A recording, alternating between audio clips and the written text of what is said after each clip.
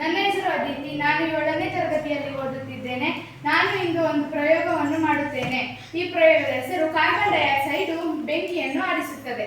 ಇದಕ್ಕೆ ಬಳಸಿರುವಂತಹ ವಸ್ತುಗಳು ಒಂದು ಗಾಜಿನ ಲೋಟ, ಇನ್ನೊಂದು ಮೇಣದ ಬತ್ತಿ, ಇನ್ನೊಂದು ಈನೋ ಪ್ಯಾಕೆಟ್ ಮತ್ತು ನೀರು. ನಾನು ಮೊದಲು ಇದಕ್ಕೆ ಬೆಂಕಿಯನ್ನು ಹಚ್ಚುತ್ತೇನೆ.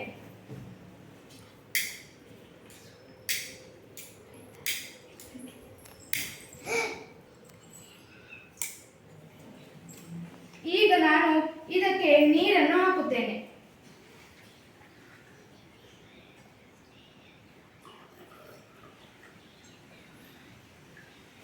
ಈಗ ಇದಕ್ಕೆ ಈನೋ ಪ್ಯಾಕೆಟ್ ಅನ್ನು ಹಾಕುತ್ತೇನೆ.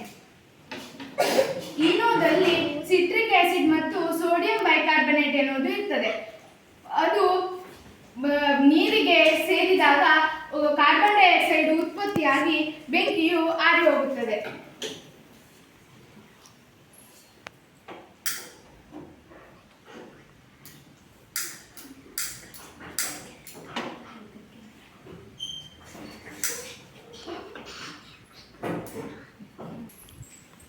ಈಗ ಇದಕ್ಕೆ ನಾನು ಈನೋ ಪ್ಯಾಕೆಟ್ ಅನ್ನು ಹಾಕುತ್ತೇನೆ.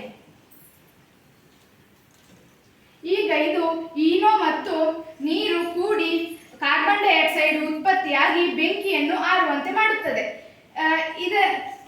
ಧನ್ಯವಾದಗಳು.